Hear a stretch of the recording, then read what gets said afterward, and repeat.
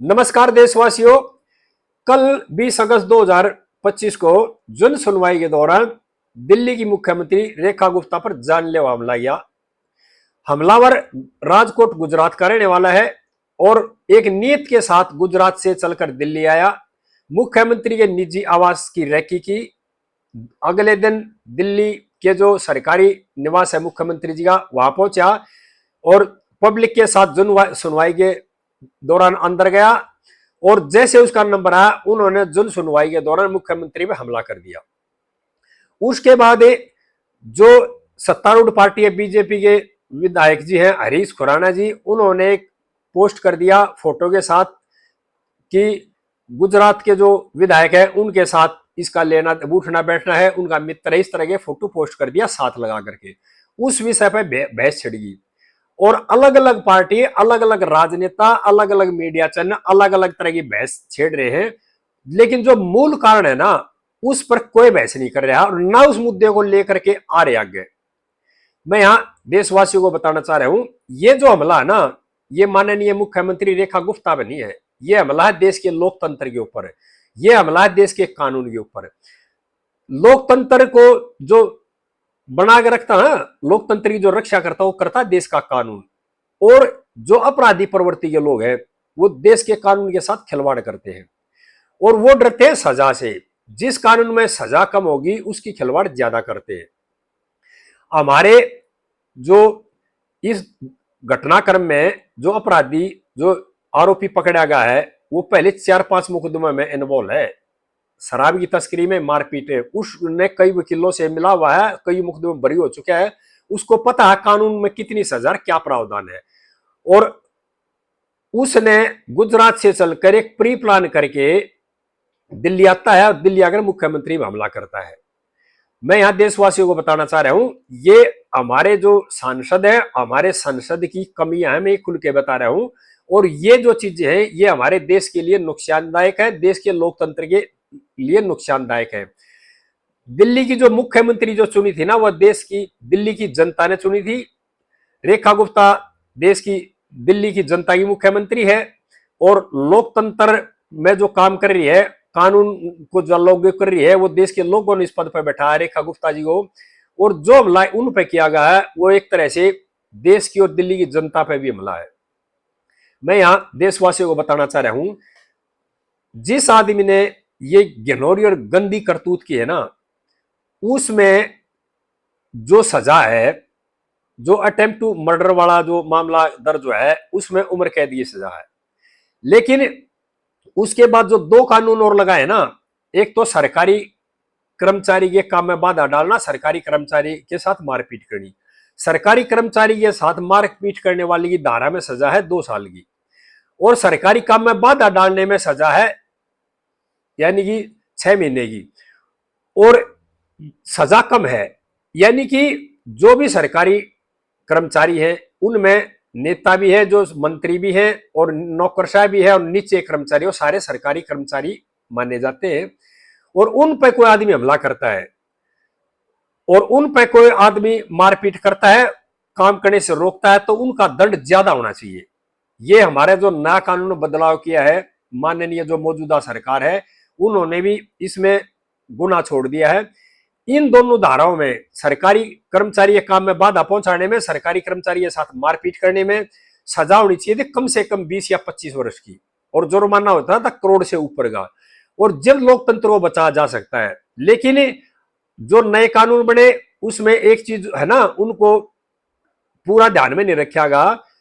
लोकतंत्र को बचाने का काम सरकारी जो मशीनरी है, सरकारी जो कर्मचारी है, सरकारी जो एजेंसियां हैं, और उनके साथ आम पब्लिक, आम आदमी मारपीट करेगा और 15 दिन के बाद, 2 महीने बाद, 4 महीने बाद जेल से बाहर आ जाएगा, हटकर फिर वो इसी तरह काम करेगा।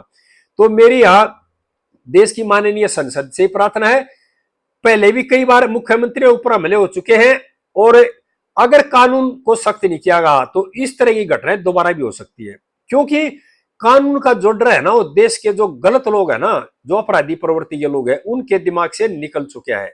वो डरते हैं ज्यादा दंड से, दंड का प्रावधान कड़ा होना चाहिए। लेकिन क्या है, सरकारी काम में बाधा पहुंचाना, सरकारी कर्मचारी के साथ मारपीट करनी, इस अपराधों में सजा कम है, इसकी सजा बढ़ानी चाहिए। और जनता के अंदर, अपराधी प्रवृत्ति के लोगों के अंदर इतना भय होना चाहिए कि अगर सरकारी काम में बाधा पहुंचाएंगे, सरकारी कर्मचारी के साथ मारपीट करेंगे, तो उसका दंड 20 साल का, 25 साल की सजा है। लेकिन हमने क्या कर रखा है, हमने अपने लोकतंत्र को कमजोर कर दिया अपने कानून से ही। क्यों? दंड का प्रावधान कम है, लचीला है, कठोर होना चाहिए। अगर लोकतंत्र को कायम रखना है, देश को बचाना है, देश के कानून को बचाना है, तो दंड का प्रावधान कड़ा होना चाहिए। ठीक है, माननीय मुख्यमंत्री जी में हमला हुआ, बहुत दुख की बात है, लेकिन मेरा कहना उन तमाम नेताओं से जो देश की राजनीति कर रहे हैं, देश को चला रहे हैं, चाहे वो पक्ष के नेता हो चाहे विपक्ष में बैठे हो, आज विपक्ष में तो कल पक्ष में ही बैठेंगे, और जो आज सत्ता में बैठे वो विपक्ष में बैठेंगे। उन्होंने सबने मिलकर के इस मुद्दे पे ये बहस करनी चाहिए थी कि हमारा जो कानून है ना, सरकारी कर्मचारी के साथ मारपीट करना, सरकारी काम में बाधा पहुंचाना, इसमें जो दंड का प्रावधान हो सख्त बनाओ, कम है। इस पर ना कोई मीडिया हाउस बहस कर रहा और ना इस पर कोई अधिवक्ता बोल रहा, न न्यायपालिका बोल रही, और इस तरह की घटनाएं बार बार घट रही है।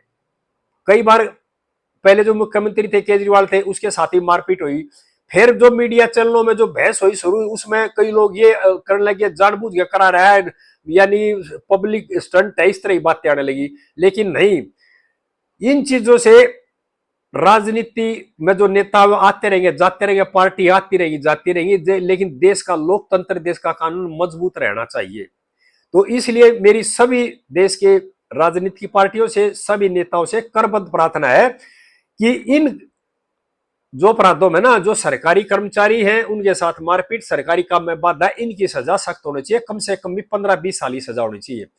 और जो मैं ये बात कर रहा हूं, इसमें कई जो लोग है ना, वो कहेंगे जी इतना कठोर नहीं होना चाहिए।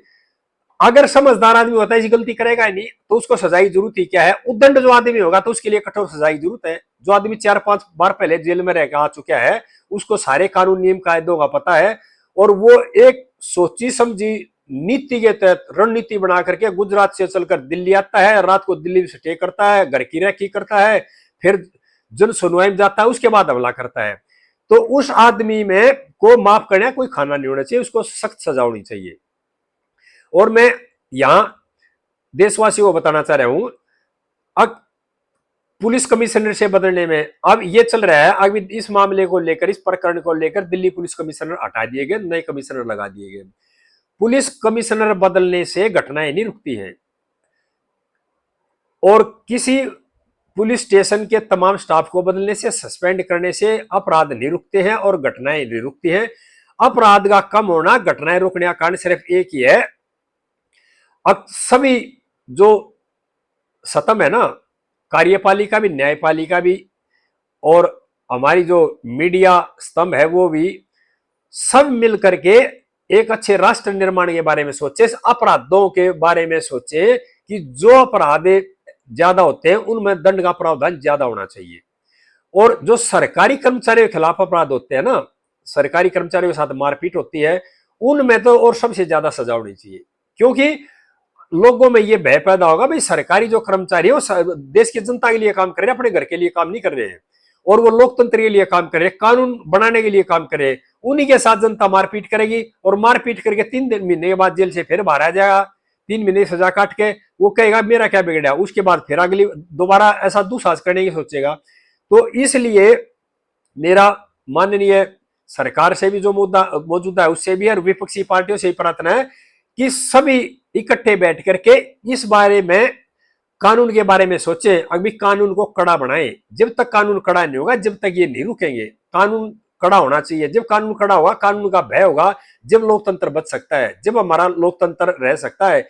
नहीं तो धीरे धीरे अपराधी प्रवृत्ति के जो लोग हैं ना, वे ज्यादा बड़ा होगा, उनको बढ़ावा मिलेगा, और उससे जो आम जनता ना परेशान होगी, और जनता में असंतोष पैदा होगा। सभी देशवासियों से प्रार्थना है, इस वीडियो को भाई ज्यादा ज्यादा शेयर करें, और इस तरह की जो प्रवृत्ति ये लोग है ना, उनके बारे में सोचने की जरूरत है। आम जनता से मेरी प्रार्थना है, अब जो आम समाज में इस तरह के लोग रहते हैं ना, उनका बहिष्कार करना चाहिए। उन लोगों के साथ उठना बैठना छोड़ दो, सामाजिक बहिष्कार करो उन लोगों का। और देश है ना सभी का है, सभी के प्रयासों से देश आगे बढ़ता है। और कुछ आदमी ना देश को जो कमजोर करना चाहते हैं इस तरह की हरकतें करके, वो जो अच्छे लोग अच्छा काम करना चाह रहे हैं, दिल्ली की मुख्यमंत्री अच्छा काम करेगी, उसको रोकना चाह रहा था, इस तरह की उसकी अपनी सोच है। तो इस तरह के लोगों के बहकावे में नहीं आना है और इस तरह के लोगों का जनता ने भी विरोध करना चाहिए। सभी से प्रार्थना है इस वीडियो को ज्यादा ज्यादा शेयर करो, मेरे चैनल को सब्सक्राइब भी कर लियो। इस तरह आगे बातें फिर शेयर करते रहेंगे। जय हिंद देशवासियों।